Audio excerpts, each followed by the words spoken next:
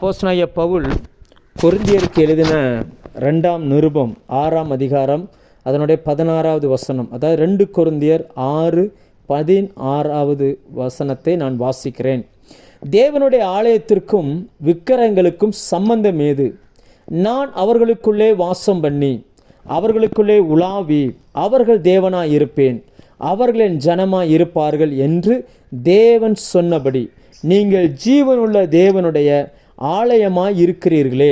கர்த்தருடைய ஆவியானவர் இந்த வார்த்தையை இன்றைக்கு நம்மை நோக்கி இந்த வார்த்தையை அனுப்புகிறார்.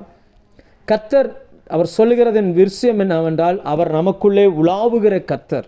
நான் அவர்களுக்குள்ளே வாசம் பண்ணுவேன், அவர்களுக்குள்ளே உலாவுவேன், அவர்கள் என் ஜனமாய் இருப்பார்கள், நான் அவர்கள் தேவனாய் இருப்பேன் என்று கர்த்தர் வாக்கு பண்ணியிருக்கிறார். நம்முடைய தேவனுக்கு ஒரு சுபாவம் உண்டு. அவர் உலாவுகிறவர், டு வாக், நம்மோடு கூட நடக்கிறவர். எந்தெந்த சூழ்நிலைகளெல்லாம் கர்த்தர் நடந்திருக்கிறார் என்பதை நாம் கவனித்து பார்த்தோமே. ஆனால் நம்முடைய வாழ்க்கையில் கொஞ்சம் திரும்பி பாருங்க.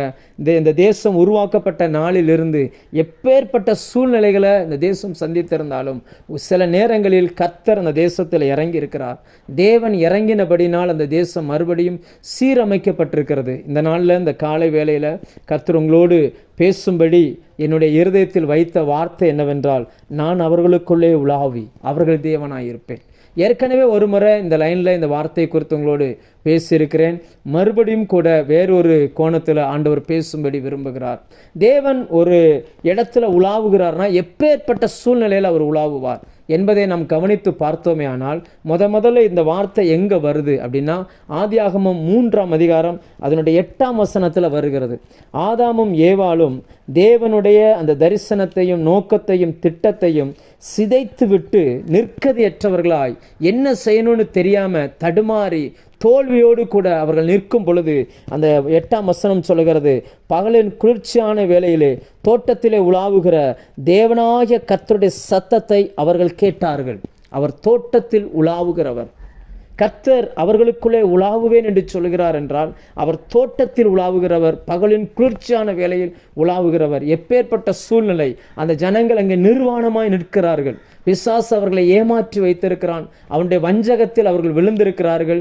செய்வதறியாது திகைத்து நிற்கிறார்கள். எல்லாவற்றையும் இழந்து நிற்கிறார்கள். சிதைக்கப்பட்ட சூழ்நிலையில் அவங்களுடைய வாழ்க்கை இருக்குது. இனி அவைகள் மறுபடியும் கட்டி எழுப்பப்படுமா என்பதற்கு எந்த ஆதாரமும் கிடையாது, எந்த உத்தரவாதமும் கிடையாது. அப்படிப்பட்ட சூழ்நிலையில அவர்கள் அங்கே நிற்கிறார்கள். தேவன் ஒரு நோக்கத்தோடு ஒரு திட்டத்தோடு தேவன் ஆதாமை அந்த ஏதேனுக்குள்ளே கொண்டு போனார். இன்னைக்கு ஆண்டவர் உங்களை ஒரு பகுதிக்கு கொண்டு போயிருக்கிறார் அப்படின்னா, உங்கள் விருப்பம் மாத்திரமல்ல, அதற்கு மேலாய் தேவனுடைய விருப்பம் இருக்குது, தேவனுடைய திட்டம் இருக்குது. கண்களுக்கு புலப்படாத, மனிதனுடைய சிந்தனைக்கு எட்டாத, மனிதனுடைய புத்தியினால் உணர்ந்து கொள்ள முடியாத தேவனுடைய திட்டமும் தரிசனமும் வைத்துதான் கர்த்தர் உங்களை ஒரு பகுதிக்கு கொண்டு போகிறார். இந்த ஏதேனை கர்த்தர் உருவாக்கி ஏதேனுக்குள்ள ஆதாமை கொண்டு வந்து வச்சார். அவர் வைக்கும் பொழுது ஆதாமுக்கு இந்த தேசம் எப்படிப்பட்டது, இந்த பகுதி எப்படிப்பட்டது, எந்த ஒரு நாலேஜுமே இல்லை. ஆனால் தேவனுக்கு இருந்துச்சு. தேவன் அந்த தோட்டத்துக்குள்ளே கொண்டு வந்து வைக்கும் பொழுது அவருக்கு ஒரு நோக்கம் இருந்துச்சு. சாதாரண மனிதன் அல்ல. ஆதாம் என்று சொல்லும் பொழுது ஒட்டுமொத்த மனு குலத்தினுடைய பிரதிநிதி. அந்த ஆதாமை தேவன் ஒரு மனுஷனாய் மட்டும் பார்க்கல, முழு உலகமாய் அவர்களை பார்த்தார். முழு உலக ஜனங்களையும் அங்கிருந்து தான் தோன்ற வேண்டும், தேவ பக்தி உள்ள சந்ததியை பெற்றெடுக்க வேண்டும் என்று அவர் பார்த்தார்.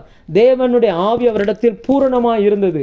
பின் ஏன் அவர் ஒருவனை படைத்தார் என்று மல்கியாவில் எழுதியிருக்கிறபடி தேவன் ஒரு மனுஷனை படைத்து அந்த பகுதியில் வைத்திருக்கிறார். அந்த மனுஷனை ஒருவனாய் பார்க்கவில்லை, அந்த மனுஷனுக்குள் அநேக தேசங்களை பார்த்தார், அநேக திட்டங்களை பார்த்தார். ஒரு பெரிய திட்டத்தோட நோக்கத்தோடு அந்த மனுஷனை அங்கே கொண்டு போய் வைத்திருந்தார். ஆனால் இவைகள் சரியாய் புரிந்து கொள்ளாமல், சரியாக உள்வாங்காமல் ஒரு சில தவறுகளை பண்ணி அங்கே முழுவதும் நிர்கதியற்ற நிலைமையில் அவங்க நிற்கிறாங்க.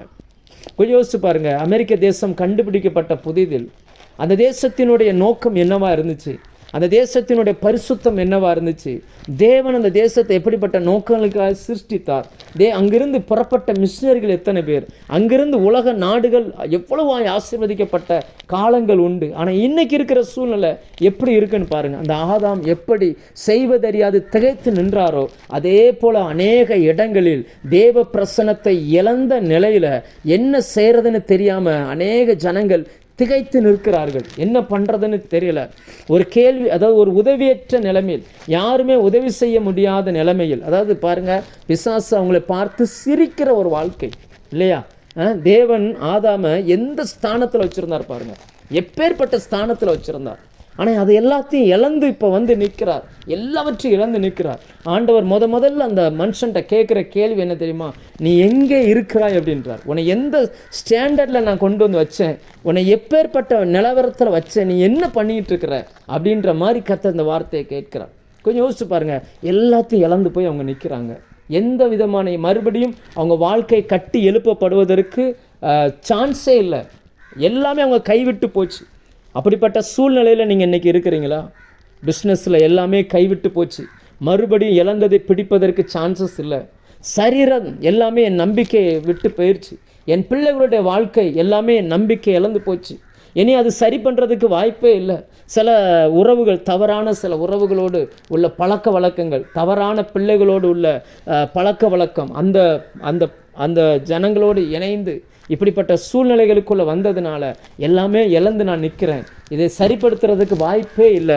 இனி என்ன ஆகுன்றதுக்கு எந்த விதமான நம்பிக்கையும் இல்லை. என் வாழ்க்கையை பார்த்து பிசாசு சிரிக்கிறான். நான் அப்படி யோசிச்சு பாருங்கள்.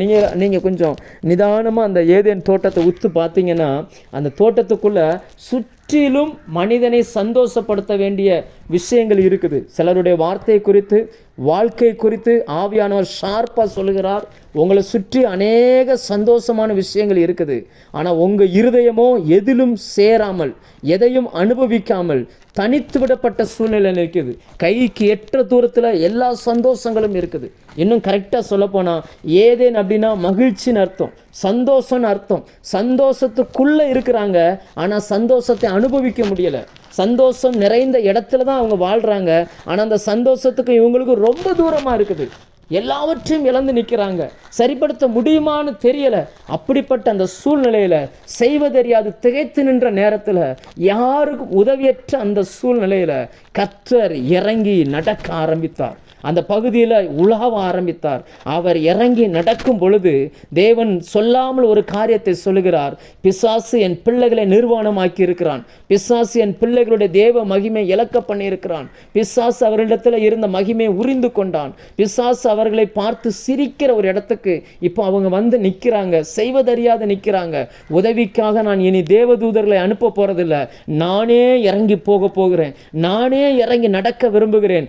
நான் இறங்கி நடக்கும் பொழுது அவங்களுடைய வாழ்க்கையை மறுபடியும் கட்டி அமைக்க முடியும், மறுபடியும் கட்டி எழுப்ப முடியும். இழந்து போன அவர்களுடைய வாழ்க்கையில் ஒரு புதிய வழியை கொடுக்க முடியும், அவர்களுக்கென்று புதிய திட்டங்களை கொடுக்க முடியும். அவர்கள் சார்பில் நான் நின்று அவர்கள் இழந்து போனதை அவர்களுக்கு திரும்ப கொடுக்க முடியும் என்று ஆண்டவர் மறுபடியும் சொல்லாமல் நமக்கு அந்த வார்த்தையை சொல்லுகிறார். அதனால தான் அவர் இறங்கி உலாவினார், தோட்டத்தில் உலாவ ஆரம்பித்தார். அன்றைக்கு ஆதாமோடு உலாவின கர்த்தர், ஏவாளோடு உலாவின கர்த்தர் இன்றைக்கு நம்மோடு கூட உலாவுவார். உங்கள் வீட்டில், உங்கள் பிள்ளைகளுடைய காரியத்தில், உங்கள் ஃபைனான்ஸ் காரியத்தில், உங்களுடைய ஊழியத்தில், நீங்கள் இருக்கிற கிராமத்தில், நீங்கள் இருக்கிற பட்டணத்தில், நீங்கள் வேலை செய்கிற இடத்துல கர்த்தர் இறங்கி உலாவ ஆரம்பிப்பார்.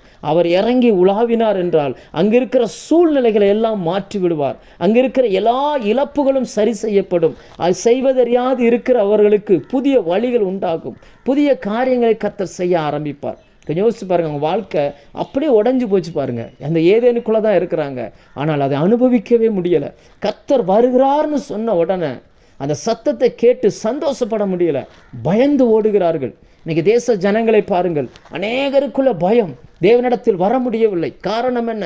அவர்களுடைய நிர்வாணம். அவர்கள் ஒரு காலத்தில் இருந்த அந்த பரிசுத்தம் இன்னைக்கு இல்லை.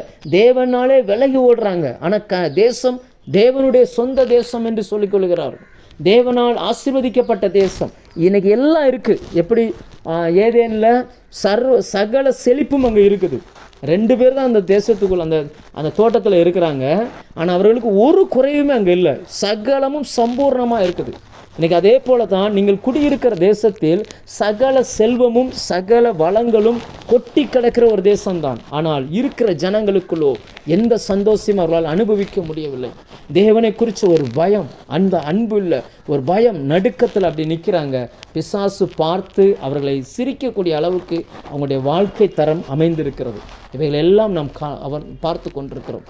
ஆண்டவர் சொல்கிறார், அவர்கள் நடுவில் நான் உலாவுவேன், அவர்களோடு நான் வாசம் பண்ணுவேன், நான் அவர்களுடைய தேவனாக இருப்பேன், அவர்கள் என்னுடைய ஜனமாக இருப்பார்கள். யோசிச்சு பாருங்கள், எல்லாம் இழந்து போன அந்த தேசத்து மக்களோடு கர்த்தர் இந்த நாட்களில் இறங்க விரும்புகிறார்.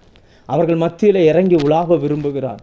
ஆதாம் ஏவாளோடு உலாவின கர்த்தர் அவர் இறங்கி வந்து சொன்னார், அவர் வருவார். இயேசுவை குறித்து சொல்லப்படுகிறது, அவர் வருவார், உன் தலையை நசுக்குவார். இந்த நீ எப்படி சிந்தித்து இந்த ஜனங்களுடைய அந்த எல்லாவற்றையும் நீ மாற்றி போட்டாயோ, உன்னுடைய அந்த ஆலோசனையை, உன்னுடைய சதித்திட்டத்தை அவர் காலின் கீழ் போட்டு நசுக்குவார். அப்பொழுது இவர்கள் இழந்த தேவ மகிமை திரும்ப கிடைக்கும் என்று கர்த்தர் சொன்னார். அதே போல கல்வாரி சிலுவையில் சத்துருவினுடைய எல்லா திட்டங்களையும் அவர் உரிந்து கொண்டார். அவனுடைய சதி ஆலோசனைகளில் காலின் கீழ் மிதிக்கப்பட்டது. இழந்து போன அந்த தேவ மகிமையை கர்த்தர் திரும்ப கொடுத்தார். இன்றைக்கு அந்த மகிமையோடு கூட நாம் இருக்கிறோம். சரி, ஆண்டவர் அவர்கள் மத்தியில் உலாவ ஆரம்பித்தார். அவர் உலாவுகிறார் என்பதை எப்படி கண்டுபிடித்தார்கள் அந்த ஜனங்கள்? எப்படி அவர்களுக்கு அது புரிந்து கொள்ளப்பட்டது? எப்படி இன்னைக்கு கர்த்தர் உங்களுடைய வீடுகளில், உங்கள் பிள்ளையினுடைய விஷயத்தில், உங்கள் ஊழியத்தில், உங்கள் வேலை ஸ்தலத்தில், உங்கள் சரீரத்தில் அவர் உலாவுகிறார் என்பதை எப்படி கண்டுபிடிக்க முடியும் அப்படின்னு பார்த்தீங்கன்னு சொன்னால், அந்த வசனம் சொல்லுகிறது, ஆதியாகமம் 3:8 மறுபடியும் வாசிக்கிறேன். பகலில் குளிர்ச்சியான வேளையில் தோட்டத்தில் உலாவுகிற தேவனாய கர்த்தருடைய சத்தத்தை அவர்கள் கேட்டார்கள். அவர் உலாவுகிறார் அப்படின்னா அவருடைய சத்தம் கேட்கப்படும், அவருடைய வார்த்தை தொனிக்கப்படும். அவருடைய சத்தம் எப்படி கேட்கப்படும்? யோபு 37 அதிகாரம் அதனுடைய 4, 5 வசனத்தை வாசித்தால், கர்த்தருடைய சத்தம் வரும்பொழுது சும்மா சாதாரணமாக வராது. அந்த சத்தத்தை கேட்டு அவர்கள் பயப்படத்தக்கதாய் அது எப்படி இருந்துச்சு? யோபு புஸ்தகம் 7 அதிகாரம் 4 வசனம் வாசிக்கிறேன். அவர் சத்தமாய் முழங்கி தம்முடைய மகத்துவத்தின் சத்தத்தை குமுற பண்ணுகிறார். அவருடைய சத்தம் கேட்கப்படும் போது அதை தவிர்க்க முடியாது. தேவன் தம்முடைய சத்தத்தை ஆச்சரியமான விதமாய் குமுற பண்ணுகிறார். நாம் கிரகிக்கக்கூடாத பெரிய காரியங்களை அவர் செய்கிறார். அப்போ ஆண்டவர் சத்தத்தை எழுப்புகிறார். அந்த சத்தம் எப்படிப்பட்ட சத்தம் அப்படின்னாச்சுன்னா, மகத்துவமான சத்தம். அந்த சத்தம் அது எப்படிப்பட்டதுன்னா, கிரகிக்க முடியாத அற்புதங்களை செய்கிற சத்தம், ஆச்சரியமான சத்தம், மகத்துவமான அந்த சத்தத்தை கர்த்தர் எழுப்புகிறார். இன்னும் சொல்ல போனால் ஒரு சிங்கம் கர்ச்சிக்கிறது போல. ஏன்னா யூதா கோத்திரத்து சிங்கம், அவர் கர்ச்சிக்கிற சிங்கத்தை போன்றது அவருடைய சத்தம். அவர் இறங்கி நடக்கிறார் அப்படின்னா அர்த்தம் என்னன்னா, மகத்துவமான தன்னுடைய சத்தத்தை வெளிப்படுத்துவார். இந்த நாட்களில் தேவன் ஒருவருடைய வாழ்க்கையில் அல்லது குடும்பத்தில் அல்லது ஊழியத்தில், தேசத்தில், வேலை செய்கிற ஸ்தலத்தில் அவர் உலாவுகிறார், உங்களோடு இறங்கி நடக்கிறார்னு அர்த்தம் என்னன்னா, முதலாவது தன்னுடைய வார்த்தையை அவர் அனுப்ப ஆரம்பிப்பார். ஏனால் வேதம் சொல்கிறது, வேதத்தின் மகத்துவங்களை நான் எழுதி கொடுத்தேன். அவர்கள் அதை அந்நிய காரியமாக எண்ணினார்கள். வார்த்தை அனுப்புவார். உங்கள் பிள்ளைகளுடைய விஷயத்தில் கர்த்தர் இறங்கிட்டார் அப்படின்றதுக்கு அர்த்தம் என்னன்னா, வார்த்தை அனுப்புவார். முதல்ல உங்கள் பிள்ளையை குறித்து கர்த்தர் ஒரு வார்த்தை தருவார். வார்த்தை வந்துருச்சுன்னா நீங்கள் ஒன்று புரிஞ்சுக்கிடணும், கர்த்தர் என் பிள்ளைகளுடைய விஷயத்தில் இறங்கி இருக்கிறார். அவர் உலாவ ஆரம்பித்து விட்டார். அவர் உலாவினார்னா சூழ்நிலைகள் மாறிவிடும். உண்மைதானா?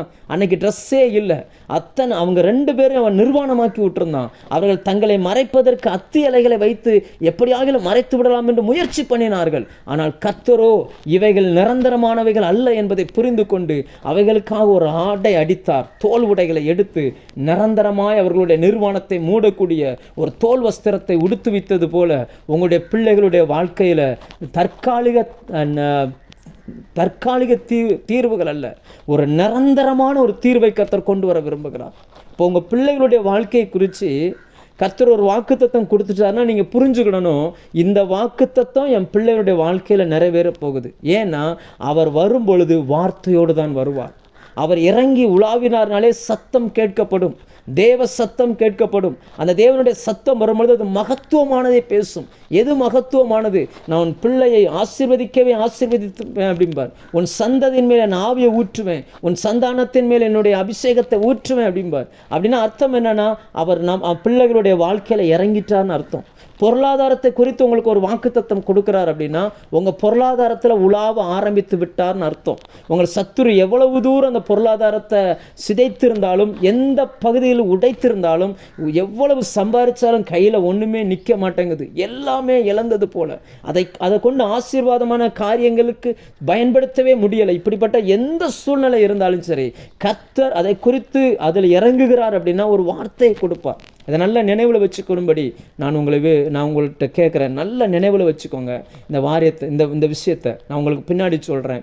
சரி, இதுதான் தேவன் உலாவுகிறதுனுடைய அந்த விஷயம். அதாவது அவர் உலாவுகிறார் என்றால், தேவ ஜன மத்தியில் இறங்குகிறார் என்றால் வார்த்தையை அனுப்புவார். அந்த வார்த்தை அந்த மனுஷனுக்கு தேவையானதை செய்து முடித்திரும். இப்போ இதை பார்க்கிற பிசாசு என்ன பண்ணுறான்னா, அவனும் சேம் இதே மாதிரி பண்ண ஆரம்பிக்கிறான்.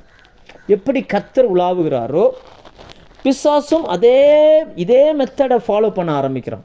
அவனுக்கும் இந்த மாதிரியான சுபாவம் இருக்குது. யோபு புஸ்தகம் 1ஆம் அதிகாரம் 7ஆம் வசனம் நான் உங்களுக்காய் வாசிக்கிறேன். கர்த்தர் சாத்தானை பார்த்து, நீ எங்கே இருந்து வருகிறாய் என்றார். சாத்தான் கர்த்தருக்கு பிரதியுத்தரமாக, பூமி எங்கும் உலாவி அதில் சுற்றி திரிந்து வருகிறேன். பாருங்க, அவன் என்ன சொல்றான்? பூமி எங்கும் உலாவி அதில் சுற்றி திரிந்து வருகிறேன். இப்போ கர்த்தர் உலாவினார், இழந்து போன மனுஷனுடைய வாழ்க்கையை மறுபடியும் கட்டி அமைத்தார். பிசாசும் உலாவ ஆரம்பிக்கிறான். உலாவினான்னா ஒரு மனுஷனுடைய வாழ்க்கையில் இருக்கிற ஆசீர்வாதத்தை கெடுத்துருவான். நம்ம வாசிக்கிறோம் இல்லையா, நமக்கு தெரியும். யோபு அப்படி உலாவி யோபு மேலே கண்ணை வச்சான், யோபுனுடைய வாழ்க்கையை கெடுத்துட்டான். அப்போ அவனும் உலாவுகிறான்.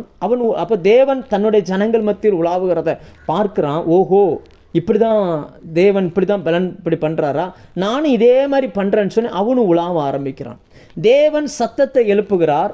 அது மகத்துவமான சத்தம், அது கிரகிக்கக்கூடாத பெரிய காரியங்களை செய்கிற சத்தம், அது பிரமிப்புண்டு பண்ணுகிற சத்தம், இல்லாதவைகளை இருக்கிறவைகளை போல அழைக்கிற சத்தம், இருளிலிருந்து வெளிச்சத்தை பிரகாசிக்க சொல்லுகிற சத்தம். இவன் அப்படியே கேட்குறான். கேட்டுட்டு இவன் ஒரு காரியம் பண்ணுறான் பாருங்க. இவனும் ஒரு சத்தத்தை எழுப்புகிறான். 1 பேதுரு 5ஆம் அதிகாரம் அதனுடைய 8ஆம் வசனம் சொல்லுகிறது, கெர்ச்சிக்கிற சிங்கத்தை போல எவனை விழுங்கலாமோ என்று வகை தேடி சுற்றி திரிகிறான். அவனுடைய சத்தம் எப்படி இருக்குன்னா, கெர்ச்சிக்கிற சிங்கத்தை போல, சிங்கத்தின் கர்ஜனை எப்படி இருக்குமோ அப்படி இருக்குது. இதை வாசிக்கிறதுக்கு நமக்கு என்ன தோணும் அப்படின்னாச்சுன்னா, சிங்கம் கர்ச்சிச்சா எல்லாரும் பயப்படுவாங்கல்ல, அப்படி பயமுறுத்துகிற சத்தம்னு நம்ம நினச்சிக்கிறோம். அப்படி கிடையாது, அது பயமுறுத்துகிற சத்தம் இல்லை. உங்களுக்கு புரியுதுக்காக இன்னொரு வசனம் கூட நான் சேர்த்து வாசிக்கிறேன். எரேமியா 2ஆம் அதிகாரம் அதனுடைய 15ஆம் வசனம் சொல்லுகிறது, பால சிங்கங்கள் அவன் மேல் கர்ச்சித்து முழங்கி அவன் தேசத்தை பாழாக்கி விட்டன. பால சிங்கங்கள் எழும்பும் பொழுது தேசம் பாழானது என்று வேதம் சொல்லுகிறது. கொஞ்சம் யோசிச்சு பாருங்க, சிங்கம் கர்ச்சித்து ஒரு தேசம் எப்படி பாழாகும்? சிங்கம் சத்தமிட்டா தேசம் எப்படி பாழாகும்? ஆனால் ஆவியானவர் எழுதுகிறார், பால சிங்கம் அவன் மேல் எழும்பி அவன் மேல் கர்ச்சித்து அந்த தேசத்தை பாழாக்கி விட்டன அப்படின்றார். நீங்கள் இதை யாராவது ஸ்டூடெண்ட்ஸ், பைபிள் காலேஜ் ஸ்டூடெண்ட்ஸ் இருக்கிறீங்கன்னா ஹீப்ரு டிக்ஷனரியில் போய் படித்து பாருங்கள். H7580 இதில் போய் படித்து பாருங்கள். அதுக்கு பயன்படுத்தி இருக்கிற ஒரு 4-5 அர்த்தம் பயன்படுத்தி இருக்கிறாங்க அந்த வார்த்தைக்கு. அதில் ஒரு அர்த்தம் என்ன அப்படின்னாச்சுன்னா, துயரத்தின் சத்தத்தை எழுப்புகிறதாம். துயரத்தின் சத்தம், தோல்வியின் சத்தம், ஏமாற்றத்தின் சத்தம். அதாவது அவன் உலாவுகிறான். அவனுடைய சத்தம் எப்படிப்பட்ட சத்தமாக இருக்குன்னா, எப்பொழுதுமே தோல்விகளை கொண்டு வருகிற சத்தம், துயரத்தை கொண்டு வருகிற சத்தம்.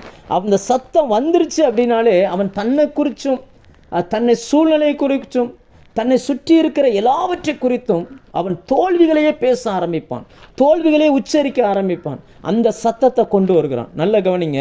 இப்போ ஒரு மனுஷனுடைய வாழ்க்கையில் கர்த்தர் உலாவுவாரே ஆனால் மகத்துவமான சத்தத்தை பேசுவார். அந்த சத்தம் ஆச்சரியமான விதத்தில் தொனிக்கும், கிரகிக்க முடியாத பெரிய காரியங்களை கொண்டு வரும். அதே மாதிரி பிசாசும் பூமி எங்கும் உலாவுகிறான். அவனும் சில சத்தத்தை எழுப்புகிறான். அந்த சத்தம் எப்படிப்பட்ட சத்தம்னா, அது தோல்வியின் சத்தம் அல்லது துயரத்தின் சத்தம் எதிர்பார்ப்புகள் ஃபெயிலியர் ஆன போன உடனே ஏமாற்றமாய் வரக்கூடிய அந்த சத்தம். ஒரு எக்ஸாம்பிளுக்காக ஏசாயா சங்கீதம் 22 13-14 அந்த வசனத்தை நான் வாசிக்கிறேன் பாருங்க. பீறி கட்சிக்கிற சிங்கத்தை போல் என்மேல் தங்கள் வாயை திறக்கிறார்கள். எப்படி சத்துரு சிங்கத்தை போல் கர்ச்சிப்பானோ அதை அங்கே தாவீது தன்னுடைய அனுபவத்தில் எழுதுறாரு பாருங்க. தண்ணீரை போல ஊற்றுண்டேன், என் எலும்புகளெல்லாம் கட்டுவிட்டது, என் இருதயம் மெழுகு போலாகி என் குடல்களின் நடுவே உருகிற்று. அவர் சொல்கிறார், என் பலன் ஓட்டை போல காய்ந்தது, என் நாவு மேல்வாயோடு ஒட்டி கொண்டது, என்னை மரணத்தூளில் போடுகிறீர். அப்படின்னா பாருங்க, அதாவது தேவன் மகத்துவமானவைகளை பேசுகிறார், பிசாசு எப்பொழுதும் தோல்வியை பேசுகிறான். இப்போ பிசாசு ஒரு மனுஷனுடைய வாழ்க்கையில் உலாவுகிறான்னா எப்படி கண்டுபிடிச்சிடலான்னா, எப்பொழுதுமே நெகட்டிவ் வார்த்தைகளை பேசிக்கிட்டே இருப்பாங்க. ஏன்னா இருதயத்தின் நிறைவினால் வாய் பேசும். உங்கள் இருதயம் தேவ வார்த்தையினால் நிரம்பி இருக்குன்னா கர்த்தர் உலாவுறார்னு அர்த்தம். உங்கள் இருதயம் தோல்வினால் நிரம்பி இருக்குது, அதாவது உண்மையிலேயே கண் பார்வையில் ஒன்றுமே இல்லை, எல்லாமே எதிராக இருக்கிற மாதிரி இருந்தால் கூட அது கர்த்தர் உலாவினார்னா இல்லாதவைகளை இருக்கிறவைகளைப் போல பேசுவார்.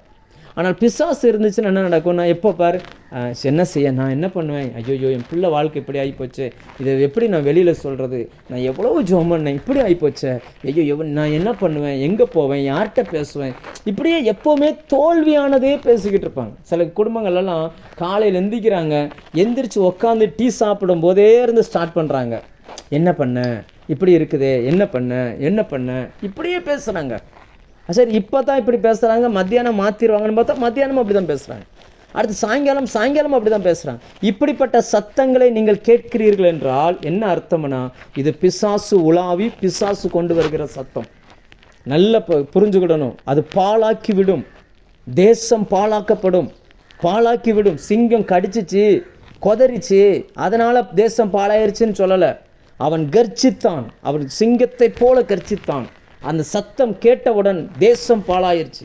நிறைய பேர் இன்னைக்கு பாழாய் போய் நிற்கிறதுக்கு காரணம் என்ன? அவனுடைய இந்த தோல்வியின் சத்தம். வேதம் தெளிவாய் சொல்லுகிறது. ஆதாம் ஏவாள் விஷயத்தில் கூட அந்த 2 பேரும் அந்த பழத்தை சாப்பிட்ட பிறகு அவருடைய கண்கள் திறக்கப்பட்டது. ஆனால் கர்த்தர் சொன்னார், இந்த அறிவை உனக்கு வைத்தவன் யார் அப்படின்னார். உனக்கு அறிவித்தவன் யார்? இந்த அறிவை உனக்குள்ள வச்சது யார்? இப்படிப்பட்ட அறிவை உனக்கு சொல்லி கொடுத்தது யார் அப்படின்னார். அப்படின்னா அர்த்தம் என்னவென்றால், அவன் எப்பொழுதுமே தோல்விகளையே பேசுகிறான். உங்கள் வாழ்க்கையில் ஒரு நாளும் தோல்வியை பேசாதீங்க. தோல்வி இருக்கலாம், இருந்துட்டு போட்டோம், பிரச்சனை இல்லை, அதையே பேசிக்கிட்டு இருக்காதீங்க. எப்பொழுதுமே கர்த்தருடைய வார்த்தையை பேச பழகிக்கொள்ளுங்க. ஏன் ஆண்டவர் இவைகளை வேதத்தில் எழுதி வைத்திருக்கிறார் என்றால், நாம் இவைகளை பார்த்து கற்றுக்கொள்ள வேண்டும் என்று கர்த்தர் எழுதி வைத்திருக்கிறார். நல்ல வார்த்தைகளை பேசுங்க, கர்த்தருடைய வார்த்தையை மனதார பேசுங்க, தேவன் கொடுத்த வாக்கு தத்தங்களை நல்லா பேசுங்க. ஏன் நிறைய பேருடைய வாழ்க்கையில் அந்த வசனங்கள்லாம் வார்த்தையாகவே இருக்குது. சிலருக்கெல்லாம் மூளை நிறைய வசனம் இருக்குது, மண்டை நிறைய பைபிள் வசனம் இருக்குது, ஆனால் ஒன்றுமே இருதயத்துக்குள்ளே போகலை. நிறைய மனப்பாடமாக பேசுவாங்க, மனப்பாடமாக வசனத்தை சொல்லுவாங்க, ஆனால் வாழ்க்கையில் அதை அனுபவிக்க முடியலை. எங்கே தப்பு நடக்கு அப்படின்னா, தேவன் உலாவுகிறார், தேவன் தன்னுடைய வார்த்தையை பேசுகிறார். அந்த வார்த்தை வேலை செய்யணும் அப்படின்னா வேதத்தில் இன்னொரு சம்பவம் இருக்குது. வேலை செய்யணும்னா அவர் பேசினா மட்டும் பத்தாது, அந்த வார்த்தையை நாம் பேசணும். அதனால தான் எபிரேயர் 4:12 கர்த்தருடைய வார்த்தை இருபுறமும் கருக்குள்ள பட்டயம்னு எழுதியிருக்கும். 2 புறமும் கருக்குள்ள பட்டயம். தமிழ் பைபிளில் இப்படி போட்டிருக்கோம். சில மொழிபெயர்ப்புகளில், சில ஆங்கில மொழிபெயர்ப்புகளில் சில லிட்டரில் மொழிபெயர்த்திருப்பாங்க. அது ஒய்எல்டி ஸ்மித் லிட்ரல் டிரான்ஸ்லேஷன் அப்படிம்பாங்க, ஒய்எல்டி. இந்த மாதிரி மொழிபெயர்ப்பில் நீங்கள் படிச்சிங்கன்னா 2 எட்ஜ் ஸ்வார்டுன்னு இருக்காது, 2 மவுத் ஸ்வார்டுன்னு இருக்கும். 2 வாயிலிருந்து புறப்படுகிற பட்டயம் அப்படின்னு இருக்கும். அதாவது என்னென்னா, வெளிப்படுத்தல் 1:16 ஆண்டவருடைய வாயிலிருந்து கூர்மையான பட்டயம் புறப்பட்டுச்சு. அது கூர்மையான பட்டயம், அவருடைய வாயிலிருந்து புறப்பட்ட பட்டயம். ஆனால் அது அவரோடு மட்டும் நின்றக்கூடாது, அந்த வார்த்தை அடுத்து நம்மோடும் வேலை செய்யணும். நீங்கள் வீட்டில் போய் எசேக்கியேல், வீட்டில் பைபிள் எடுத்து படிக்கும்போது ஃப்ரீயாக இருக்கும்போது எசேக்கியேல் 37ஆம் அதிகாரத்தை வாசித்து பாருங்கள். அந்த உலர்ந்த எலும்புகள் நிறைந்த அந்த பள்ளத்தாக்கில் அற்புதங்கள் நடைபெறும் பொழுது தேவன் கொண்டுட்டு போனார். அந்த ஊழியக்காரரை கொண்டுட்டு போய் நிப்பாட்டுகிறார். அவர் இருக்கிற இடமெல்லாம் உலர்ந்து போய் கிடக்குது. எந்த பக்கம் திரும்பினாலும் உலர்ந்து போன எலும்புகள் அப்படின்னு அர்த்தம் என்ன? ஒரு காலத்தில் உயிரோடு தான் இருந்துச்சு, இப்போ உலர்ந்து போயிருக்குது. நிறைய பேருடைய ஜெப வாழ்க்கை உலர்ந்து போயிருக்குது. நிறைய பேருடைய வேத வாசிப்பு உலர்ந்து போயிருக்குது. நிறைய பேருடைய சாட்சியுள்ள வாழ்க்கை உலர்ந்து போயிருக்குது. நீங்கள் இருக்கிற இடத்துல இப்படிப்பட்ட உலர்ந்து போன சூழ்நிலையில் இருக்கிற அநேகரை நீங்கள் சந்திக்கக்கூடும், நீங்கள் பார்க்கக்கூடும். இப்போ எப்படி அந்த எசேக்கியேலை கொண்டு போய் அதில் நிப்பாட்டினாரோ அதே போல் உங்களை கொண்டுட்டு போய் நிப்பாட்டி இருந்திருக்கலாம்.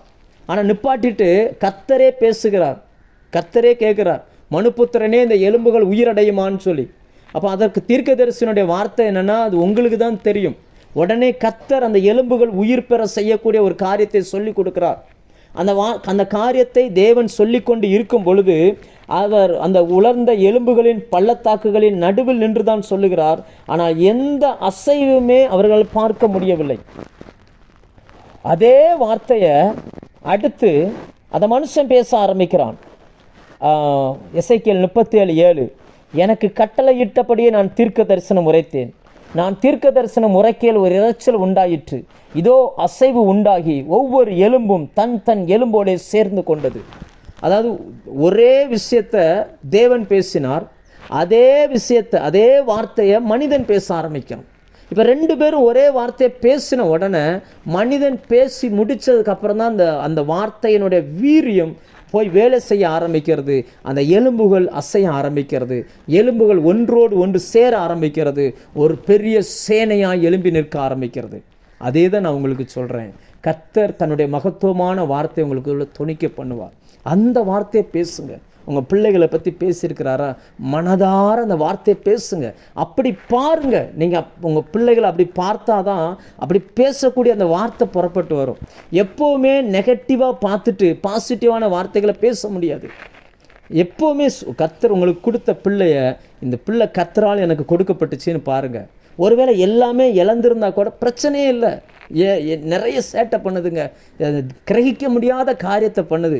என்னால் என் பையன் செஞ்சதை பொறுத்துக்க முடியலை, என்னால் என் மருமக பண்ணுறதை பொறுத்துக்க முடியலை, அதனால் நான் அவங்கள்ட்ட எப்போவுமே நெகட்டிவாக பேசுகிறேன்னு அப்படி பேசாதீங்க. உங்கள் கண்ணோட்டத்தை மாற்றுங்க, கண்ணோட்டத்தை மாற்றுங்க. கர்த்தர் ஆதாமும் ஏவாளும் எல்லாத்தையும் இழந்துட்டு நின்னாங்க பாருங்கள். எல்லாம் இழந்துட்டாங்க. எவ்வளோ பெரிய திட்டம், எவ்வளோ பெரிய திட்டத்தோடு உருவாக்கினாங்க.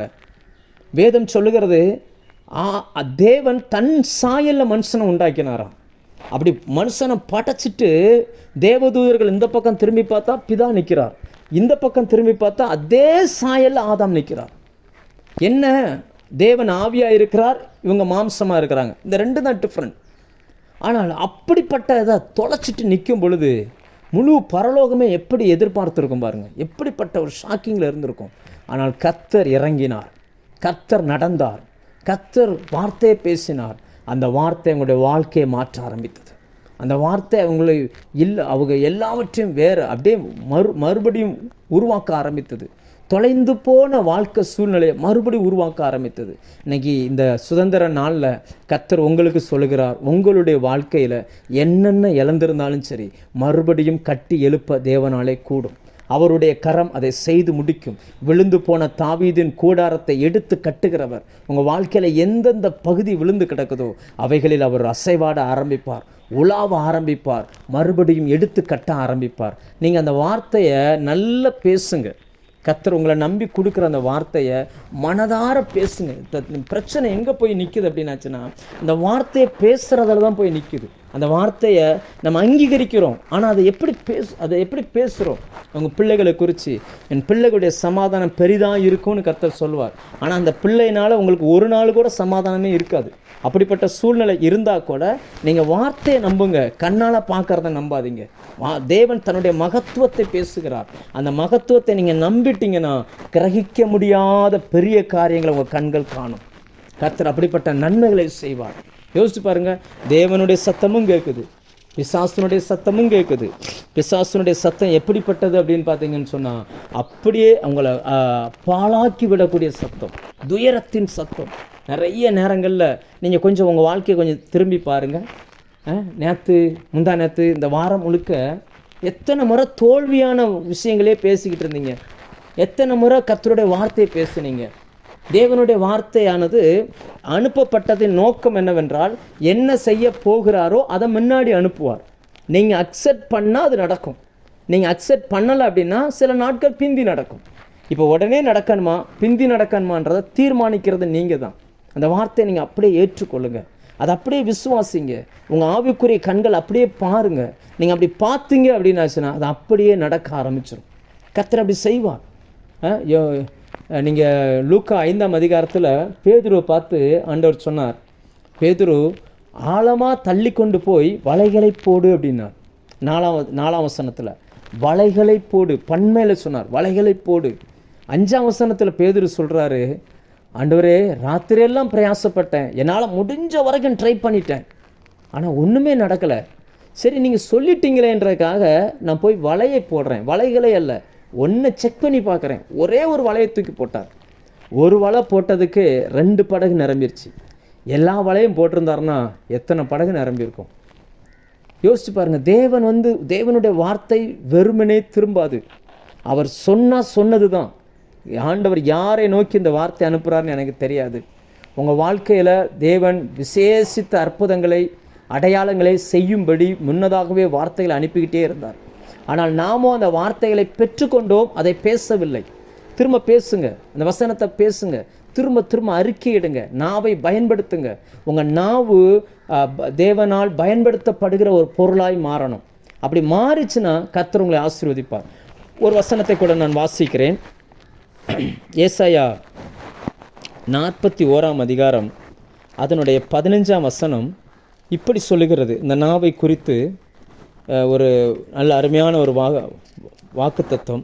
அதில் என்ன சொல்லுகிறது அப்படின்னா, இதோ போரடிக்கிறதற்கு நான் உன்னை புதிதும் கூர்மையுமான பற்கள் உள்ள எந்திரம் ஆக்குகிறேன். நீ மலைகளை மிதித்து நொறுக்கி குன்றுகளை பதருக்கு ஒப்பாக்குவாய் அப்படின்றார்.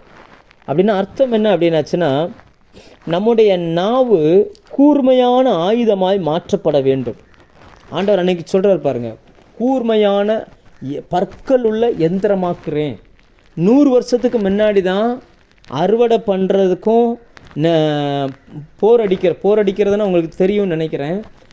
வயலிருந்து அறுத்து அதில் இருக்கிற கதிர்மணிகளை எல்லாம் எடுத்துட்டு அந்த வைக்கோலை பிரிக்கிறது, அதாவது வைக்கோலையும் அந்த கதிரையும் தனியாய் பிரிக்கிற அந்த செயலை தான் போரடிக்கிறதுன்னு சொல்லுவாங்க.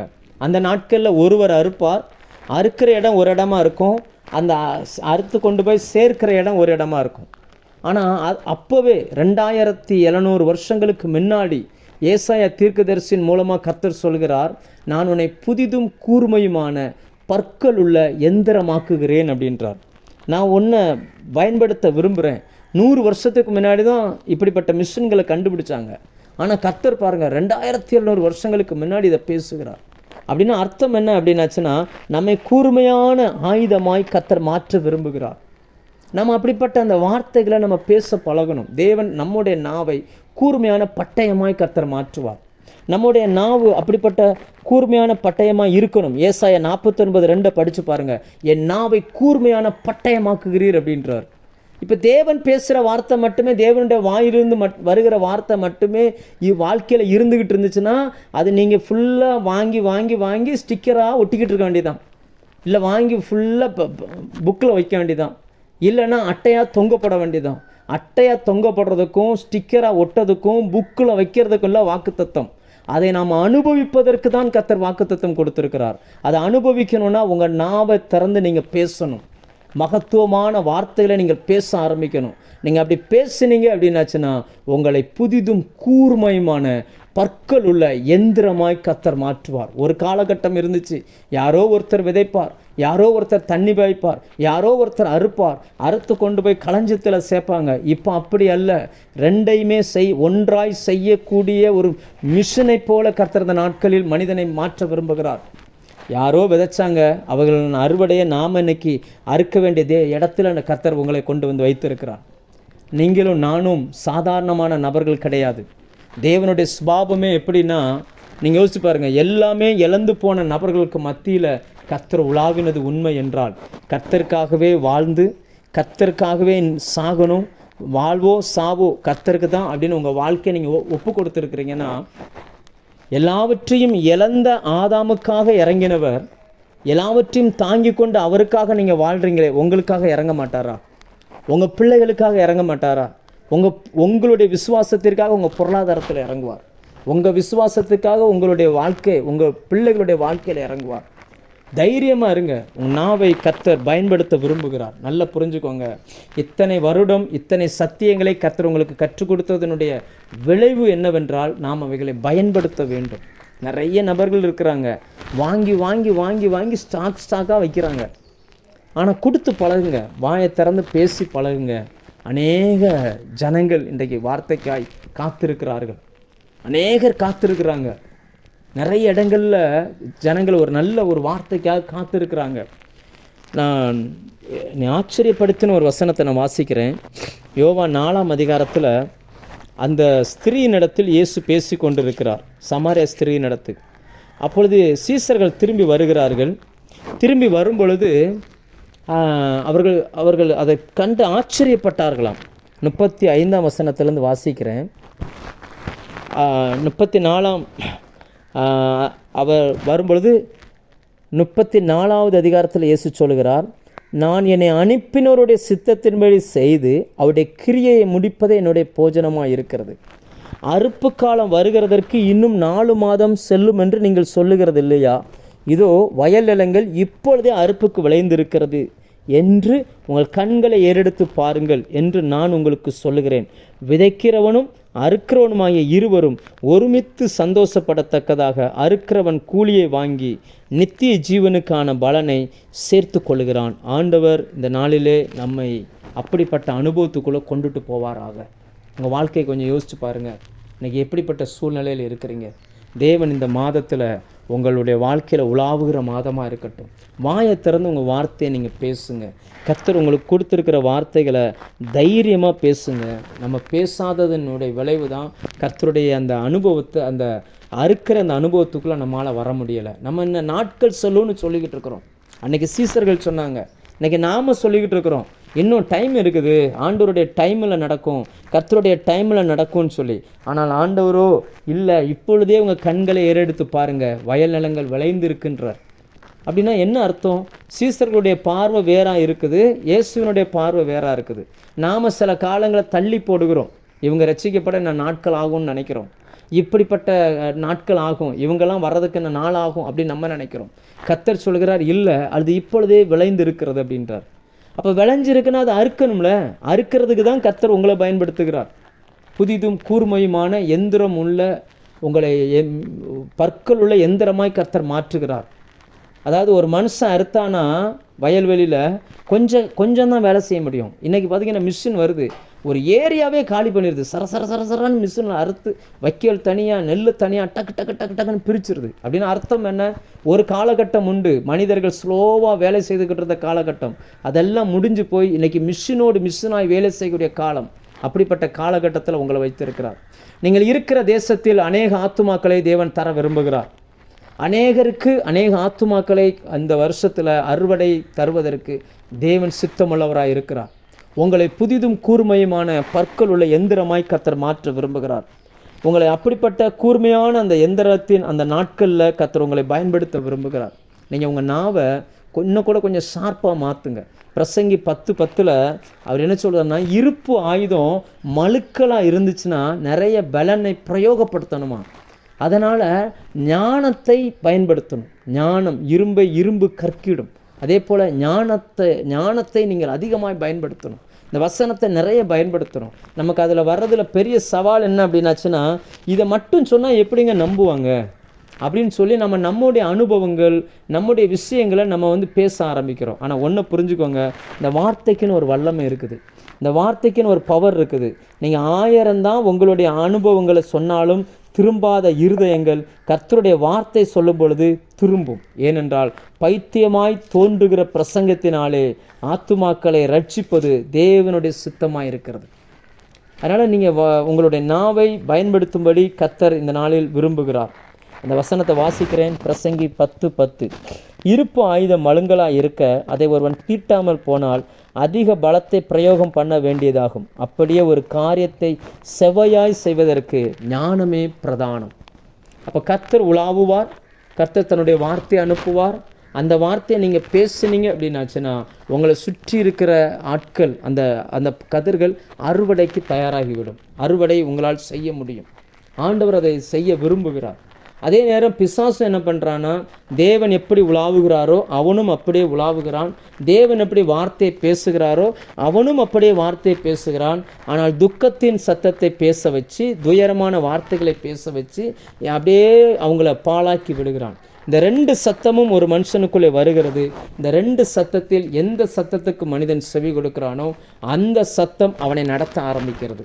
அந்த சத்தத்தின் வல்லமையை தன் வாழ்க்கையில் அவன் அனுபவிக்க ஆரம்பிக்கிறான். இந்த நாளிலே கர்த்தர் உங்களை கூர்மையான ஆயுதமாய் பயன்படுத்த விரும்புகிறார். தேவனுக்கு தன்னுடைய ஆத்துமாக்களை அறுவடை பண்ணுவதற்கு ஆட்கள் தேவை. எவ்வளவு தலைமுறைகள் வந்தாலும் சரி, அத்தனை பேருக்கும் தேவனுடைய ராஜ்யத்தில் வேலை உண்டு. இந்த காலை வேளையில் கர்த்தர் உங்களை அப்படி தன்னுடைய வார்த்தையை சொல்லுவதற்கு உங்களை பயன்படுத்துகிறார். உங்கள் நாவை கூர்மையான ஆயுதமாய் மாற்ற விரும்புகிறார். தயவுசெய்து உங்கள் வீட்டில் பேசுங்க, உங்கள் பிள்ளைகள் மத்தியில் பேசுங்க, வார்த்தையை பேசுங்க, கர்த்தர் சொல்லுகிற அந்த மகத்துவத்தை பேசுங்க. நிறைய பேருக்கு பார்த்தீங்கன்னு சொன்னால் அந்த பிரமிக்கக்கூடிய அற்புதங்களை கர்த்தர் செய்வேன்னு சொல்லியிருக்கிறாரு. ஆனால் அதை பெற்றுக்கொள்ளக்கூடிய அந்த வழியையும் நம்ம கற்றுக் கொடுக்குறார். ஆனால் நிறைய நேரங்களில் நம்ம அதை மிஸ் பண்ணிக்கிட்டே இருக்கிறோம். இன்றைக்கி பிசாசு உங்களை ஏன் கூர்மையான ஆயுதமாக மாற்றுறாருன்னா, பிசாசு மலை போல் சில பிரச்சனைகளை கொண்டு வந்து காட்டுறான். மலை போல் நிற்குது. இந்த மலை போல் இருக்கிற அந்த பிரச்சனையை உடைக்கணும் அப்படின்னாச்சுன்னா தேவன் என்ன பண்ணுறாருன்னா அந்த நம்முடைய நாவை தான் பயன்படுத்துகிறார். நம்மையே ஆண்டவர் அப்படி கூர்மையான ஒரு பற்களுள்ள எந்திரமாய், ஒரு மிஷினாய் கர்த்தர் உங்களை பயன்படுத்த விரும்புகிறார். அதனால தான் நம்ம படித்தோம், மலைகளை மிதித்து நுறுக்குவாய் அப்படின்னா. இன்றைக்கி தேவ ஜனங்கள் முன்னாடி இருக்கக்கூடிய பெரிய மலை என்ன அப்படின்னு பார்த்தீங்கன்னு சொன்னால், ஒரு பெரிய மலை ஒன்று என்னென்னா அவிசுவாசம். மார்க் 6:6 நம்ம பார்க்குறோம், இயேசு பிறந்து, அதாவது இயேசு தாம் வளர்ந்த ஊராகிய நாசரேத்தில் வந்து ஒரு பிரசங்கம் பண்ணுகிறார். அங்கே எல்லா இடங்களிலும் அற்புதம் நடக்குது, அந்த இடத்துல மட்டும் ஒரு அற்புதமே நடக்கலை. அந்த வசனம் சொல்லுகிறது, இயேசு அவர்களுடைய அவிசுவாசத்தை குறித்து ஆச்சரியப்பட்டார் அப்படின்னு. 6:6 இந்த வசனத்தை நான் வாசிக்கிறேன். மார்க்கு 6:6. அவர்களுடைய அவிசுவாசத்தை குறித்து ஆச்சரியப்பட்டு கிராமங்களிலே சுற்றி திருந்து உபதேசம் பண்ணினார். அதாவது அவரால், தேவனாலேயே சில அற்புதங்களை செய்ய முடியல. காரணம் என்ன? அவிசுவாசம். மலை போல வந்து நிற்குதுங்க, மலை போல நிற்குது. இன்னைக்கு ஜனங்களுடைய அவிசுவாசம் தேவனுடைய வார்த்தைக்கு எதிராக நிற்குது, தேவனுடைய அற்புதத்துக்கு எதிராக நிற்குது.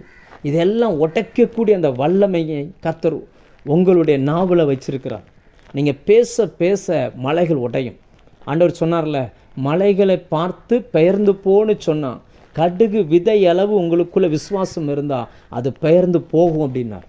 இன்னைக்கு மலை போல பிரச்சனை ஜனங்களுக்கு முன்னாடி. காரணம் என்ன? அவிசுவாசம். அதாவது நம்ப முடியலை, வார்த்தையை நம்ப விட மாட்டேங்குது. தேவ வார்த்தைக்கு எதிராக இன்றைக்கி மனுஷனுடைய மூளை, அவன் படித்த படிப்பு, அவன் கற்றுக்கொண்ட நாலேஜ் அப்படி வந்து நிற்கிது. எதையும் இல்லாமல் தேவனுடைய வார்த்தையை மட்டுமே நம்பி நிற்கக்கூடிய ஒரு கூட்ட ஜனங்களை கர்த்தர் எதிர்பார்க்கிறார். அப்படிப்பட்ட ஜனங்களாய் நாம் மாற வேண்டும் என்று தேவன் விரும்புகிறார். அதனால் அவர் நம் நடுவில் உலாவ விரும்புகிறார். உங்களுடைய இன்னைக்கு விசுவாசம் எவ்வளவு தூரம் சிதைஞ்சு போயிருக்குது? உங்களுடைய ஜெபம் எப்படி இருக்குது? உங்களுடைய வேத வாசிப்பு இன்னைக்கு எப்படி இருக்குது? ஆதாமை போல சில காரியங்கள் நீங்கள் வஞ்சிக்கப்பட்டிருக்கிறீங்களா? சில காரியங்களை உங்களை விட்டு பிசாசு எடுத்திருக்கானா? சில கிருபைகளை உங்களை விட்டு இழந்துட்டானா? எடுக்கப்பட்டுருச்சா? எப்பேற்பட்ட சூழ்நிலையாக இருந்தாலும் சரி, அன்றைக்கு ஆதாம் ஏவாளுக்காக தோட்டத்தில் உலாவினவர் இன்றைக்கு நமக்காய் உலாவுவார். உன்னத பாட்டு 4ஆம் அதிகாரத்தில் நம்ம வாசிக்கிறோம், நம்ம பார்த்தே நீ மறைவு கட்டப்பட்ட தோட்டம் அப்படின்றார். இன்றைக்கி நமக்குள்ளே வருவார், நமக்குள்ளே உலாவுவார். நம்ம வாழ்க்கையில் நம்ம எதெல்லாம் இழந்திருக்கிறோம் அப்படின்றத கொஞ்சம் யோசிச்சு பாருங்கள். நம்மை குறித்து தேவனுக்கு ஒரு நோக்கம் உண்டு, ஒரு தரிசனம் உண்டு. நம்மை வைத்து தான் சில ஆத்துமாக்களை அறுவடை செய்ய வைக்கிறார். சீசர்கள் அன்னைக்கு நம்பிக்கொண்டிருந்தது போல நாம் இன்றைக்கு நம்பிக்கொண்டிருக்கிறோம். அறுவடைக்கு இன்னும் நாட்கள் இருக்கிறது. இத்தனை வருஷம் தாண்டி வந்துட்டோம். நம்ம காலத்துக்கு அப்புறம் தான் இவைகள்லாம் சம்பவிக்கும் நம்ம நினச்சிக்கிட்டு இருக்கிறோம். இல்லை, நம் காலத்தில் நாம் செய்ய வேண்டிய சில காரியங்கள் உண்டு. ஆண்டவர் சொன்ன, உன் கண்களை ஏறெடுத்துப்பார், இப்பொழுதே அறுவடைக்கு அவைகள் தயாராக இருக்குது அப்படின்றார். இன்றைக்கி நமக்குள்ளே உலாவுகிற அவருடைய சத்தம் இன்றைக்கி நீங்கள் கேட்பீங்கன்னா உங்கள் வாழ்க்கையை அதை அடுத்த கட்டத்துக்கு கொண்டுட்டு போயிடும். அவிசுவாசம் என்கிற அந்த தேவனுடைய வார்த்தைக்கு விரோதமாக இருக்கிற எல்லாவற்றையும் உடைப்பதற்கு கர்த்தர் உங்கள் வாயின் வார்த்தையை பயன்படுத்துகிறார். தேவனுடைய வார்த்தையை நீங்கள் பேசுங்க, உங்கள் பிள்ளைகளை குறித்து பேசுங்க, உங்களுடைய எதிர்காலத்தை குறித்து பேசுங்க, நீங்கள் இருக்கிற தேசத்தை குறித்து பேசுங்க. ஒரு யோனாவின் பிரசங்கம், ஒரு பிரசங்கம் எத்தனை லட்சக்கணக்கான நபர்களை தேவன் பக்கமாக திருப்பிச்சு. யோனாவிலும் பெரியவர் உங்களோடு இருக்கிறார். யோனாவிலும் பெரியவர் தன்னுடைய வார்த்தையை உங்களுக்குள் வைத்திருக்கிறார். உங்களால் ஏற்றுக்கொள்ள முடியுமா முடியாதான்னு எனக்கு தெரியாது. ஆனால் நான் சொல்லுகிறேன், பழைய ஏற்பாட்டில் தேவன் வருவார் போவார், வருவார் போவார். நீ பார்த்தா தெரியும், திடீர்னு சிம்சோன் மேலே இறங்குவார், அப்படியே ஆட்டுக்குட்டியை அதை கிழிக்கிறது போல சிங்கத்தை கிழித்து போடுவார், அவ்வளோதான். அப்புறம் ஆவியானவர் போயிடுவார், இந்த மனுஷன் போய் வேற ஒரு வேலைக்கு போயிடுவார். அப்படிப்பட்ட அனுபவம் அல்ல நாம் பெற்றிருக்கிற அனுபவம். நாம் பெற்றிருக்கிற அபிஷேகம் நமக்குள் தங்குகிறது, நமக்குள் உலாவுகிறார், நமக்குள்ளே வாசம் பண்ணுகிறார், நம்மை அவருடைய ஆலயமாக அவர் மாற்றியிருக்கிறார். எனவே நம்முடைய வாழ்க்கையில் எங்கெல்லாம் உடைக்கப்பட்ட சூழ்நிலைகள் காணப்படுகிறதோ அவைகள் எல்லாம் தேவன் சரிப்படுத்த விரும்புகிறார். சரிப்படுத்துவதற்கு தேவையான வார்த்தைகளை அனுப்பி தருகிறார். அந்த வார்த்தைகளை நீங்கள் பேசுங்க, அந்த வார்த்தையை சொல்லுங்கள். பேதுரு சொன்னது போல் உங்களுடைய வார்த்தையின்படி நான் இதை செய்கிறேன் அப்படின்னு சொல்லுங்கள். நம்ப முடியலை, நிஜமாகவே இன்றைக்கும் இஸ்ரவேல் தேசத்துக்கு போகிற எத்தனையோ ஊழியக்காரங்க உண்டு. அவர்களெல்லாம் வந்து சொல்லுகிற சாட்சி என்னவென்றால், நீங்களும் கூட கூகுளில் சர்ச் பண்ணி பாருங்கள், அந்த கடல் கெனசரேத்து கடல், கலிலேயா கடல், இன்றைக்கும் அந்த தண்ணியில் போனால் பகலில் மீன் பிடிக்க முடியாது, பளிங்கு போல் இருக்குமா. அது சுத்தமான நல்ல தண்ணி, குடித்தண்ணி, அது உப்பு தண்ணி கிடையாது, குடிக்கிற நீர். ஒரு பெரிய ஏரி, 15 கிலோமீட்டர் சுற்றளவு உள்ள ஒரு பெரிய ஏரி. ஆனால் அதில் பார்த்தீங்கன்னு சொன்னால் அதில் பகலில் மீன் பிடிக்கிறதுக்கு சான்ஸே கிடையாது. ஆனால் அந்த பேதுரு சொல்கிற நம்முடைய வார்த்தையின்படி அப்படின்றார். தேவன் சொன்ன அந்த மகத்துவமான அந்த வார்த்தையின்படி, அந்த வார்த்தையின்படி போட்டதுனால தான் படகு நிரம்பிச்சு. அனுபவத்தையோ அறிவையோ நம்பிக்கிட்டு அன்றைக்கி கடலுக்கு போகாமல் இருந்திருந்தா நமக்கு பேதுரு என்கிற ஒரு பெரிய அப்போஸ்தலன் கிடைக்காமலே போயிருப்பார். இன்றைக்கி உங்களை சுற்றிலும் இருக்கக்கூடிய நன்றாய் விளைந்த விளை நிலங்களை அறுவடை செய்வதற்கு கர்த்தர் உங்களை எதிர்பார்க்கிறார். அவர் உங்களுக்குள் உலாவ விரும்புகிறார், உங்கள் தேவனாய் இருக்க விரும்புகிறார். அவர் உலாவுவதற்கு ஒருவேளை உங்கள் வாழ்க்கையில் ஏதாவது உடைக்கப்பட்டிருந்த சூழ்நிலை இருந்தால் கூட எல்லாவற்றையும் அவர் சரி பண்ணிடுவார். எதை பற்றியுமே நாம் கவலைப்பட வேண்டிய அவசியம் இல்லை. கர்த்தர் நம்மோடு கூட இருப்பார், நம்முடைய தடைகளை மாற்றுவார், உங்கள் பிள்ளைகளுடைய சூழ்நிலைகளை மாற்றுவார். எல்லாவற்றாலும் அவர் நிரப்புகிறவர். நம்மோடு கூட இருந்து நம்முடைய சூழ்நிலைகளை எல்லாம் சரிப்படுத்துவார். தேவனுடைய வார்த்தையை பேசுங்க, மனதார பேசுங்க. அந்த நம்ம வார்த்தை பேசுகிறதுல இன்னொரு பிரச்சனை என்ன அப்படின்னாச்சுன்னா, தேவனுடைய வார்த்தை இப்படி சொல்லுகிறது, என் வாழ்க்கைக்கும் அதுக்கும் சம்மந்தம் இல்லை அப்படின்ற மாதிரி நம்ம நினைப்போம். சில நேரங்களில் அது அப்படி தான் தோணும். ஆனால் அப்படி தோணினாலுமே அது உங்கள் வாழ்க்கையை மாற்றிடும். இந்த வசனத்தின் மகத்துவத்தை வசனத்துக்கு கொடுங்க. நம்முடைய அனுபவங்கள் அல்ல, தேவனுடைய வார்த்தை தான் நம்முடைய வாழ்க்கை. நம்முடைய அனுபவங்களை வைத்தல்ல. நிறைய நேரங்களில் மனிதர்கள் எங்கே தவறு பண்ணுகிறார்கள். தேவனுடைய வார்த்தை வந்துருச்சுன்னா அதை அப்படியே ஏற்றுக்கொள்ள பழகுங்க. ஆதாம் ஏவாளுக்குள்ள அந்த அனுபவத்தை கர்த்தர் அனுப்பினார். அவங்க பாருங்கள், ஆண்டவர் சொன்னார், நான் உலாவி அவர்கள் தேவனாக இருப்பேன், அவர் உலாவி அவர்கள் தேவனாக இருப்பேன். மறுபடியும் அதில் வாசித்தீங்கன்னா பகலின் குளிர்ச்சியான வேலையில் அப்படின்னு போட்டிருக்கோம். குளிர்ச்சியான வேலையில் நீங்கள் கேஜேவி பைபிள் வச்சுருந்தீங்கன்னா அதில் மைஸ்வாட் பைபிள் அப்படின்னு சொல்லி ஒரு ஆப் இருக்குது. அதில் போங்க, அதில் போய் கேஜேவி பைபிள்னு அடிங்க. அது வரும்போது எப்படி வரும் அப்படின்னாச்சுன்னா, ஒவ்வொரு வார்த்தைக்கும் ஒவ்வொரு டிக்ஷனரியில் அந்த வேர்டு வரும். அந்த ஹீப்ரு டிக்ஷனரி வரும். ஒவ்வொரு வார்த்தையும் நீங்கள் கிளிக் பண்ணி பார்க்கலாம்.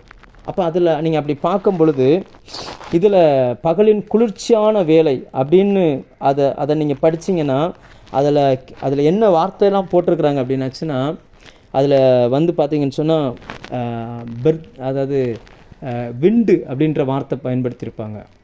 அதாவது காற்று, குளிர்ந்த காற்று அப்படின்னு பயன்படுத்தியிருப்பாங்க. அதில் ஸ்பிரிட்டுன்னு வார்த்தை பயன்படுத்தியிருப்பாங்க, ஆவி. அப்போ பகலின் குளிர்ச்சியான வேலையில் அப்படின்னா ஆவியானவர் உலாவுகிற அந்த டைம், அவர் மெல்லிய அந்த அவருடைய நடத்துதல் உள்ள அந்த டைம். அதாவது எப்போவுமே பரபரப்பாக இருக்கிற இடத்துல இல்லை, அமைதியாக இருக்கிற இடத்துல அவர் உலாவுகிறார். அவர் வரும்பொழுது அந்த வார்த்தை வருகிறது. நிறைய இடங்களில் பார்த்தீங்கன்னு சொன்னால் வார்த்தை இருக்குது, ஆனால் ஆவியானவருக்கான அந்த இடம் இல்லை. பரிசுத்த ஆவியானவர் இன்னும் நமக்கு புரிகிற மாதிரி சொன்னால், நல்ல அந்நிய பாஷை பேசுங்க. பேச பேச பேச பேச உங்களை சுற்றி எவ்வளோ பிரச்சனை இருந்தாலும் அது அப்படியே அமர்ந்துடும். அப்படியே பேசிக்கிட்டே இருங்க. பேசின உடனே உங்களுக்குள்ளேருந்து அந்த வார்த்தை வரும் பாருங்க. தேவன், அதாவது எழுதப்பட்டது வார்த்தைகள், வேத வசனம் எழுதப்பட்டது. ஆனால் நீங்கள் அந்நிய பாஷை பேச பேச பேச பேச உள்ளுக்குள்ளேருந்து ஒரு சத்தம் வரும். அந்த ஆவியானவருடைய சத்தம் அப்படியே மெல்ல மேலே வரும். அதைத்தான் வேதம் தேவ வசனம் என்று சொல்லுகிறது. அது உங்களுக்காய் சொல்லப்படுகிற வார்த்தைகள், அந்த மகத்துவமான வார்த்தைகள். அந்த வார்த்தை தான் உங்கள் வாழ்க்கையில் கிரகிக்க முடியாத பெரிய காரியங்களை செய்யும். அந்த வார்த்தையை நீங்கள் நல்ல, அதாவது அந்த வசனம் சொல்லுகிறது, குளிர்ச்சியான வேளையில் தோட்டத்திலே உலாவுகிற கர்த்தருடைய சத்தம். அப்போ அந்த ஆவி, அந்த ஸ்பிரிட்டோடு இணைஞ்சி, உங்கள் ஆவியோடு இணைஞ்சி பரிசுத்த ஆவியானவருக்குள் நீங்கள் நிரம்பும் பொழுது, தேவனுடைய வார்த்தையை பேசும் பொழுது, நல்ல அந்நிய பாஷை, காலையில் எந்திரிச்சு உட்காந்து ஒரு 1/4 மணி நேரம் 1/2 மணி நேரம் அந்நிய பாஷையிலே ஜெபம் பண்ணுங்க. அது உங்களுக்கு புரியணும்னு அவசியமே கிடையாது. நீங்கள் அப்படி பேசி பாருங்கள், உங்களுக்குள்ளேருந்து அந்த ஒரு வார்த்தை எழும்பி வரும். அந்த வார்த்தை அந்த நாள் முழுக்க உங்களை நடத்தும். அந்த நாள் முழுக்க உங்களுடைய வாழ்க்கை அப்படியே கட்டி அமைக்க ஆரம்பிச்சிடும். இந்த ரெண்டும் சேர்ந்தாதான் நம்முடைய வாழ்க்கை கட்டி அமைக்கப்படும்.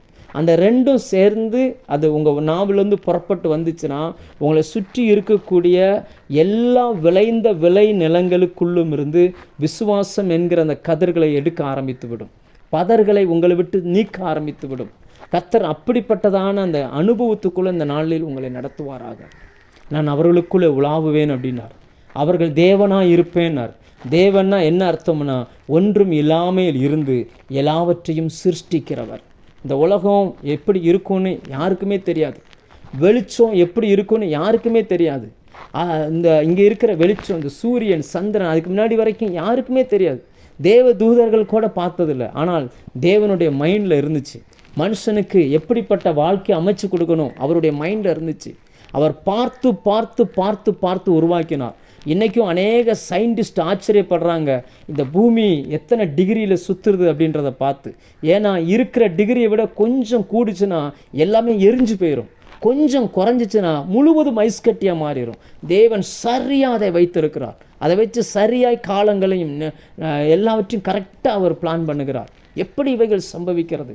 வான மண்டலத்தை ஆராய்ச்சி பண்ணுகிறவர்கள் ஆச்சரியமாய் பார்க்கிறார்கள். இன்னும் நட்சத்திரங்கள் அப்படி வந்துக்கிட்டே இருக்குது. இவைகள்லாம் எங்கு இருந்தது? எப்படி வந்தது? தேவன் உருவாக்கினார். அதை தான் ஆண்டவர் சொன்னார், நான் அவர்கள் தேவனாய் இருப்பேன். உங்கள் வாழ்க்கையில் நீங்கள் பார்க்காதது, உங்கள் கற்பனைக்கு எட்டாதது எல்லாவற்றையும் செய்கிறவராய் அவர் உங்களுக்குள் உலாவ விரும்புகிறார். அவர் உங்களுக்கு செய்கிறது உங்களுடைய சிந்தனைக்கு எட்டாததாக இருக்கும், உங்கள் கற்பனைகளுக்கெல்லாம் எட்டாததாக இருக்கும், உங்கள் புத்திக்கெல்லாம் எட்டாததாக இருக்கும். அப்படிப்பட்ட பெரிய காரியங்களை உங்கள் வாழ்க்கையில் செய்வார். அதை யோபு சொல்கிறார் 5ஆம் அதிகாரத்தில், யோபு 37:5 ஆச்சரியமான விதத்தில் தம்முடைய வார்த்தையை குமுற பண்ணுகிறார். அந்த வார்த்தை என்ன செய்யுதுன்னா, கிரகிக்க முடியாத பெரிய காரியங்களை செய்கிறது.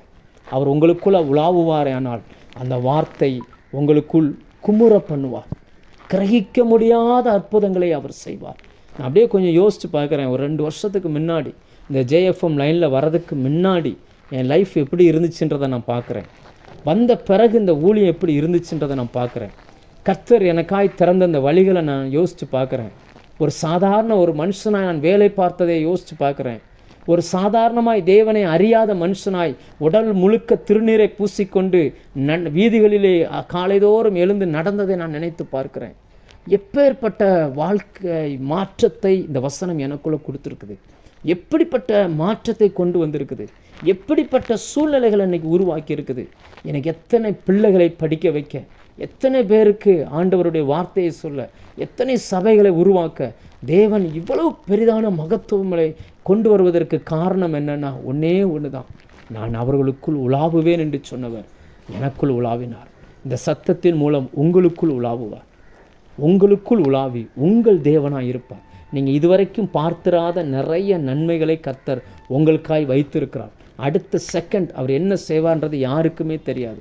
இதுவரைக்கும் அனுபவித்திராத நன்மைகளை நீங்கள் மாத்திரமல்ல, உங்கள் தேசம் அனுபவிக்கும், உங்களை சுற்றி இருக்கிறவர்கள் அனுபவிப்பார்கள். இந்த சுதந்திர தினத்தில் உங்களை கர்த்தர் கூர்மையான பற்கள் உள்ள எந்திரமாய் உங்கள் பகுதியிலே மாற்றி தருவாராக.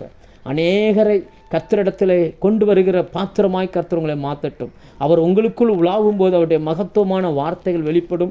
அந்த வார்த்தைகளை எடுத்து நீங்கள் பேசுனீங்கன்னா உங்களை சுற்றி இருக்கிற ஜனங்களுடைய வாழ்க்கை மாறும், உங்கள் பிள்ளைகளுடைய வாழ்க்கை மாறும், உங்களுடைய பொருளாதாரம் மாறும்.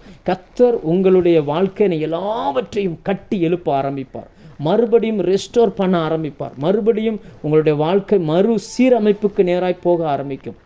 ஒன்றே ஒன்று தான், அவருடைய வார்த்தையை பேசுங்க. அதே நேரம் பிசாசு கொண்டு வரக்கூடிய தோல்வியின் வார்த்தைகளை ஒரு நாளும் பேசாதீங்க. சூழ்நிலைகள் எதிராக தான் இருக்கும், அதை பேசாதீங்க. கர்த்தர் தருகிற வார்த்தையை பேசுங்க. உம்மாலே ஒரு சேனைக்குள் பாய்வேன், உம்மாலே ஒரு மதிலை தாண்டுவேன், என் கர்த்தர் பெரியவர், என்னை பலப்படுத்துகிற கிறிஸ்துவினால் எல்லாவற்றையும் செய்ய எனக்கு பலன் உண்டு என்று சொல்லி மனதார பேசுங்க. அவர் உங்களுடைய தேவனாக இருப்பார். உங்கள் தேவனாக இருந்து உங்கள் வாழ்க்கையில் இதுவரைக்கும் திறக்காத வாசல்களை திறக்க வைப்பார். உங்கள் பிள்ளைகளுடைய வாழ்க்கையில் இதுவரைக்கும் நடந்திராத அற்புதங்களை நடக்க செய்வார். கர்த்தர் உங்களை கூர்மையான பட்டயமாய் கர்த்தர் மாற்றுவார். இந்த வருடம், இந்த சுதந்திர தின வருடத்தில் கர்த்தர் உங்களை கொண்டு அந்த தேசத்திற்கு நன்மையான ஆசீர்வாதமான மாற்றங்கள் கொண்டு வரட்டும். இருளில் பிரகாசிக்கிற விளக்காய் கர்த்தர் உங்களை மாற்றட்டும். உங்களுக்குள் இருந்து புறப்படுகிற அந்த வெளிச்சம் அநேக ராஜாக்களுக்கு போகட்டும். அநேகருக்கு சத்தியத்தை சொல்லுகிற ஒரு இடத்துல கர்த்தர் உங்களை கொண்டு வந்து நிப்பாட்டுவாராக.